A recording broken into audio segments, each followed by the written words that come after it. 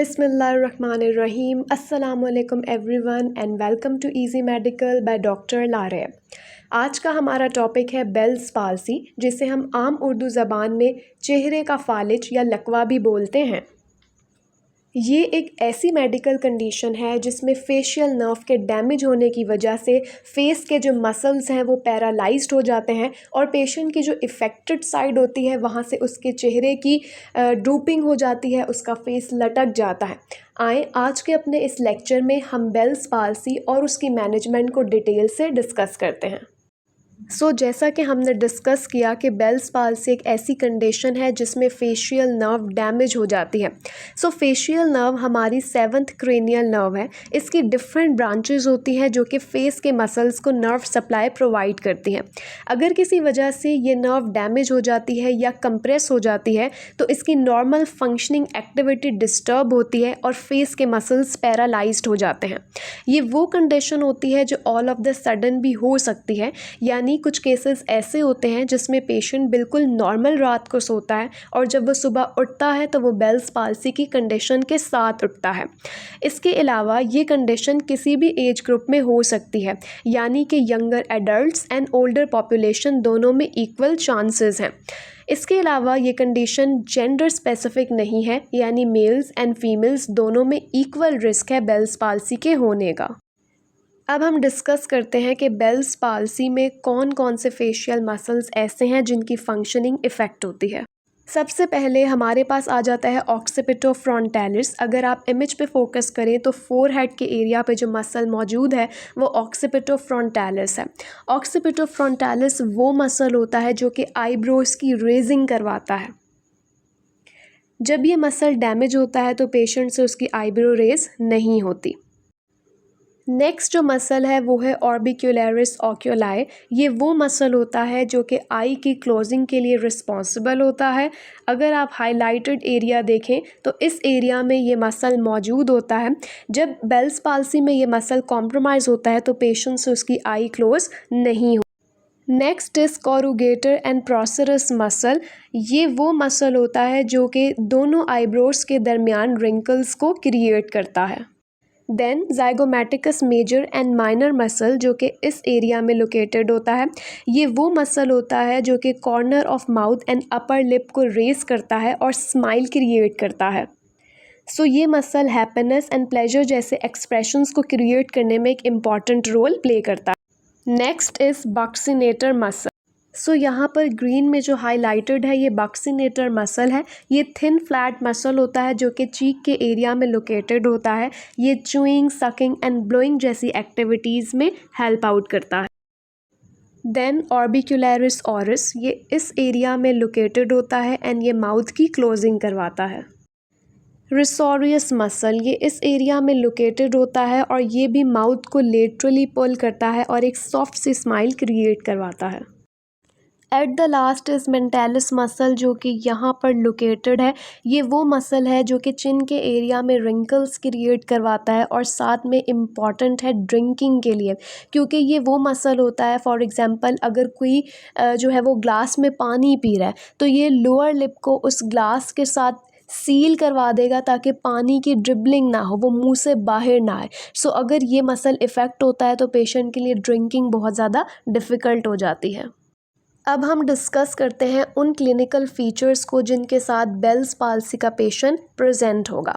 सबसे पहले हमारे पास आ जाता है लॉस ऑफ फेशियल एक्सप्रेशन, यानी कि जब हम उसके फेस को देखते हैं तो पेशेंट के फेस पे किसी किस्म का कोई एक्सप्रेशन नहीं होता इन्वॉल्व्ड साइड पर और उसका फेस बिल्कुल फ्लैट होता है। क्योंकि जितने भी मसल्स हमने प्रीवियसली डिस्कस किए वो सारे मसल्स की फंक्शनिंग लॉस हो जाती है, वो पैरालाइज्ड हो जाते हैं, जिसकी वजह से पेशेंट कोई फेशियल एक्सप्रेशन क्रिएट नहीं कर पाता। देन पेशेंट की जो इन्वॉल्व्ड साइड होती है वहाँ से उसके फेस की eyelid, eyebrows and corner of the mouth की ड्रूपिंग हुई होती है। कॉर्नर ऑफ द माउथ जो है वो लटका हुआ होता है, जैसे कि आप इमेज में भी देख सकते हैं। इसके अलावा पेशेंट के लिए आई क्लोजिंग जो है वो बहुत ज़्यादा डिफ़िकल्ट होती है, क्योंकि हमने डिस्कस किया कि ऑर्बिक्यूलरिस ओक्यूलाई मसल जो कि आई की क्लोजिंग के लिए रिस्पॉन्सिबल होता है वो फंक्शन नहीं कर रहा होता। इसके साथ ही पेशेंट के लिए ईटिंग, ड्रिंकिंग एंड स्पीकिंग जैसी एक्टिविटी भी बहुत डिफ़िकल्ट हो जाती है, क्योंकि वो तमाम मसल्स जो ईटिंग में हेल्प आउट कर रहे हैं, जो ड्रिंकिंग में हेल्प आउट कर रहे हैं, जैसे कि हमने डिस्कस किया था मेंटालिस मसल के बारे में, ये सारे मसल्स भी पैरालाइज्ड हैं। देन पेशेंट की जो नॉन वर्बल कम्युनिकेशन है वो लॉस हो जाती है। नॉन वर्बल कम्युनिकेशन क्या होती है? जो सिर्फ फेशियल एक्सप्रेशंस के थ्रू होती है, जिसमें स्माइल है, एंगर है, फीलिंग ऑफ सरप्राइज़ है, या किसी चीज़ में इंटरेस्ट शो करना, वरी की फीलिंग्स को शो करना, ये सारी फीलिंग्स पेशेंट एक्सप्रेस नहीं कर पाता। किसी किस्म की कोई नॉन वर्बल कम्युनिकेशन पेशेंट नहीं कर पाता, जो कि वो फेशियल एक्सप्रेशंस के थ्रू कर। Now let us discuss the pathology of Bell's palsy. जैसा कि बेल्स पाल्सी में फेशियल नर्व इफ़ेक्ट होती है, या तो वो स्वेल हो जाती है या कंप्रेस हो जाती है। इसके अलावा फेशियल नर्व जिस कैनाल से पास करती है, इसको हम फेशियल कैनाल बोलते हैं। ये कैनाल बहुत ही ज़्यादा जो है वो नैरो होती है और यहाँ पर लिमिटेड स्पेस होती है। सो अगर किसी रीज़न की वजह से यहाँ फ्लूइड की एक्यूमुलेशन हो जाती है या ब्लड की एक्यूमुलेशन हो जाती है, तो उसकी वजह से नर्व कंप्रेस होती है, उसकी कंडक्टिविटी लॉस होती है और बेल्स पाल्सी होने का रिस्क इंक्रीज़ हो जाता है। अगर हम प्रोग्नोसिस की बात करें, तो प्रोग्नोसिस बेसिकली क्या होता है? किसी भी डिज़ीज़ का जो पॉसिबल आउटकम्स होते हैं, जो पेशेंट के रिकवरी के चांसेस होते हैं, लॉन्ग टर्म साइड इफ़ेक्ट्स होते हैं, उसको हम प्रोग्नोसिस बोलते हैं। बेल्स पाल्सी के प्रोग्नोसिस को अगर देखें तो 50% जो पेशेंट्स होते हैं वो रिकवर हो जाते हैं विदिन 3 मंथ्स। अब हम डिस्कस करते हैं कुछ ऐसे कॉजेज़ को जिनकी वजह से बेल्स पाल्सी हो सकती है। सबसे पहले तो इसकी एग्जैक्ट कॉज अननोन है। इसके अलावा कोई ऐसा ट्यूमर जो कि ब्रेन के एरिया में या स्कल के एरिया में लोकेटेड हो, चाहे वो बेनाइन हो या मैलिग्नेंट हो, वो फेशियल नर्व को डैमेज कर सकता है, उसकी नॉर्मल फंक्शनिंग के साथ इंटरफेरेंस कर सकता है, जिसकी वजह से बेल्स पाल्सी का रिस्क इंक्रीज़ हो जाता है। नेक्स्ट आ जाता है स्ट्रोक। स्ट्रोक में अगर इंटरनल ब्लीडिंग होती है ब्रेन में, जिसकी वजह से नर्व कंप्रेस हो सकती है एंड रिस्क जो है वो इंक्रीज़ हो जाता है। देन हमारे पास आ जाती है लाइम डिज़ीज़। लाइम डिज़ीज़ एक बैक्टीरियल इन्फेक्शन होती है। ये इन्फेक्शन फेशियल नर्व की इन्फ्लेमेशन कॉज कर सकती है और रिस्क को बढ़ा सकती है। Next is HIV infection. HIV stands for human immunodeficiency virus. ये वो कंडीशन होती है जिसमें दूसरे न्यूरोलॉजिकल कॉम्प्लिकेशंस के साथ साथ फेशियल पाल्सी होने का रिस्क भी इंक्रीज़ हो जाता है। या तो वो डायरेक्ट HIV की इन्फेक्शन की वजह से होता है, या ऐसी दूसरी सेकेंडरी इन्फेक्शंस जो HIV की वजह से होती हैं वो फेशियल नर्व को डैमेज कर सकती हैं। देन मिडल ईयर इन्फेक्शन, जिसे हम ओटाइटिस मीडिया भी बोलते हैं। सो ये वो स्ट्रक्चर्स होते हैं जिनके करीब से फेशियल नर्व पास कर रही होती है। अगर इन एरिया में कोई इन्फेक्शन होती है, वो स्प्रेड करके फेशियल नर्व तक भी आ सकती है और उसकी फंक्शनिंग को कॉम्प्रोमाइज़ कर सकती है। At the last is sarcoidosis. ये एक इन्फ्लेमेटरी डिजीज़ होती है जो कि मल्टीपल ऑर्गन्स को इफ़ेक्ट करती है। इसमें क्लस्टर्स ऑफ इन्फ्लेमेटरी सेल्स बन जाते हैं जिन्हें हम ग्रैन्युलोमास बोलते हैं। अगर ये क्लस्टर्स फेशियल नर्व के करीब बन जाते हैं तो ये उसे कंप्रेस करते हैं और कंप्रेस करके फेशियल नर्व को डैमेज करते हैं एंड बेल्स पाल्सी का जो रिस्क है उसको इंक्रीज़ करते हैं। अब हम डिस्कस करते हैं कि अगर कोई बेल्स पाल्सी का पेशेंट हमारे पास आ जाता है तो हमारे पास कौन से ट्रीटमेंट ऑप्शंस अवेलेबल हैं पेशेंट को ट्रीट करने के लिए। सबसे पहले तो ओरल स्टेरॉइड्स आ जाते हैं। ये हम नर्व की इन्फ्लेमेशन को रिड्यूस करने के लिए यूज़ करते हैं। Next antivirals. अगर तो किसी वायरल इन्फेक्शन की वजह से पेशेंट को बेल्स पाल्सी हुई है तो हम एंटीवायरल्स यूज़ करते हैं। Then eye drops. जैसे कि हमने डिस्कस किया था कि बेल्स पाल्सी के पेशेंट के लिए आई को क्लोज़ करना बहुत ज़्यादा डिफ़िकल्ट होता है, उसकी आंखें खुली रहती हैं। आंखें खुली रहने की वजह से वहाँ पर ड्राइनेस स्टार्ट हो जाती है। सो उस चीज़ को प्रिवेंट करने के लिए आई के अंदर एक लुब्रिकेशन मेंटेन रखने के लिए हम आई ड्रॉप्स का इस्तेमाल कर सकते हैं।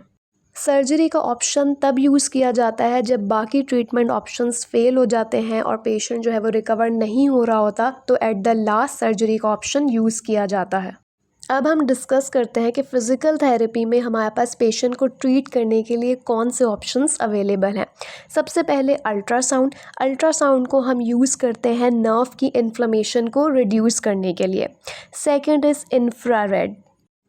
माइल्ड आईआर ट्रीटमेंट हम प्रोवाइड करते हैं पेशेंट के फेशियल मसल्स को वार्म करने के लिए और उनकी फंक्शनिंग को इम्प्रूव करने के लिए।